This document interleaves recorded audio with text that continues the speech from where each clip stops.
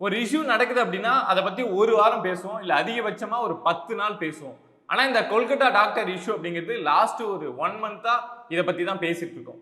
ஏன் இந்த விஷயம் இந்த அளவுக்கு இன்னும் லைவா இருக்கு அப்படின்னா அங்க போராடிட்டு இருக்கக்கூடிய அந்த மருத்துவ மாணவர்கள் தான் முழுக்க முழுக்க காரணம். ஏன்னா இந்தியா முழுக்க தொடக்கத்துல போராட்டம் அப்படிங்கிறது இருந்தது. ஆனா நாளடைவில் அது ஒண்ணா குறைஞ்சு போயிடுச்சு. ஆனா இன்னுமே வெஸ்ட் பெங்கால்ல இருக்கக்கூடிய ஜூனியர் டாக்டர் ஃபோரம்ல இருக்கக்கூடிய எல்லாருமே இந்த போராட்டத்தை ரொம்ப தீவிரமா கையில் எடுத்துட்டு இருக்காங்க. அதனாலதான் இவ்வளவு பேர் போராடுறதுனால மட்டும்தான் இந்த விஷயம் இன்னமும் மீடியாவில் வந்து ஹைலைட்டா பேசப்படுது. இதை பத்தி நிறைய பேர் வெளியில பேசுறாங்க. ஒருவேளை அவங்க அங்க போராட்டம் நடத்தல அப்படின்னா இங்க இந்த அளவுக்கு இந்த விஷயத்தை பத்தி எல்லாம் கவனிப்பாங்களா? இந்த விஷயத்து மேல அவ்வளவு அட்டென்ஷன் கிரியேட் ஆகுமா அப்படின்னா கண்டிப்பா ஆகாது. ஏன்னா இந்தியன் மெடிக்கல் அசோசியேஷனே சொல்லிட்டாங்க, யாரும் போராடாதீங்க, இந்த விஷயத்தை சுப்ரீம் கோர்ட் பார்த்து என்ன நியாயமோ அதை கொடுப்பாங்க அப்படிங்கிற விஷயத்த சொல்லிட்டாங்க.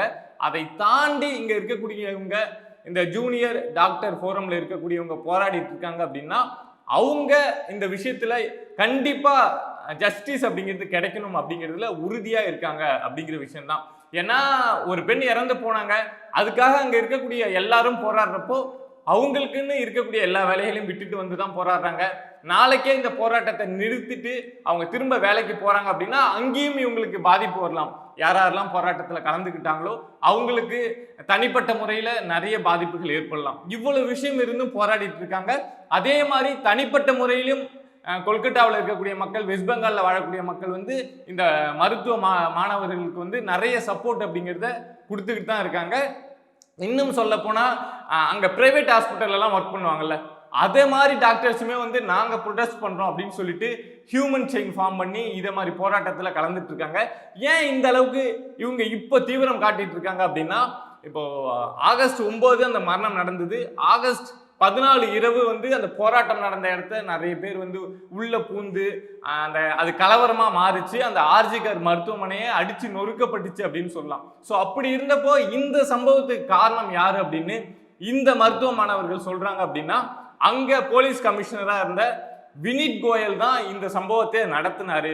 ஸோ அவரு ரிசைன் பண்ணாதான் நாங்க இந்த போராட்டத்தை கைவிடுறதா என்னங்கிற விஷயத்தை பத்தி அடுத்து யோசிப்போம். இவங்களோட டிமாண்டே என்ன அப்படின்னா, ஒன்னு மம்தா பானர்ஜி ரெசிக்னேஷன், இன்னொன்னு இந்த வினித் கோயல் வந்து ரிசைன் பண்ணணும் அப்படிங்கிற விஷயம் தான்.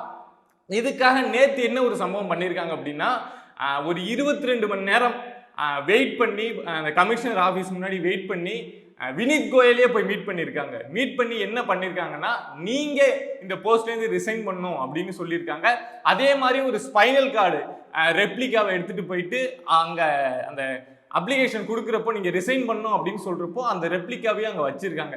ஏன் அப்படின்னா அன்னைக்கு போலீஸ் வந்து யாரோ சொல்றதை கேட்டுதான் முதுகெலும்பு இல்லாம நடந்துகிட்டாங்க, மருத்துவ மாணவர்கள் எல்லாம் அடிச்சு துரத்துனாங்க. அதே மாதிரி இப்போ நாங்க இவ்வளவு போராடுறோம், இன்னும் நீங்க வந்து ரிசைன் பண்ணாம இருக்கீங்க, சோ உங்களுக்கு முதுகெலும்பு இல்லை அப்படிங்கிற விஷயத்த சொல்றதுக்காக இப்போ இந்த விஷயம் அப்படிங்கிறது நடந்துட்டு இருக்கு. அதே மாதிரி இந்த சந்தீப் கோஷ் அந்த எக்ஸ் பிரின்சிபல் இருக்கார்ல, ஸோ அவரை நேற்று கொல்கத்தா கோர்ட்ல வந்து அப்பியர் பண்ணி சிபிஐ கூட்டு போனாங்க. ஸோ அப்போ கொல்கத்தா கோர்ட் வந்து இன்னும் ஒரு 8 நாள் சிபிஐ கஸ்டடியில வச்சு இந்த சந்தீப் கோஷை விசாரிக்கலாம் அப்படிங்கிற விஷயத்த சொல்லியிருந்தாங்க. அப்போ என்ன நடந்தது அப்படின்னா, அந்த சந்தீப் கோஷ் வரப்போ அவ்வளவு பாதுகாப்பு இருந்தது, அவ்வளவு பேர் இருந்தாங்க, ஆர்மி இருந்தாங்க, போலீஸ் இருந்தாங்க, எல்லாருமே இருந்தாங்க. அதை தாண்டி அங்க இருக்கக்கூடிய கூட்டம் அப்படிங்கிறது நெருங்கி அதுல ஒரு பெண்மணி வந்து சந்தீப் கோஷை செருப்பாலேயே அடிச்சிருக்காங்க.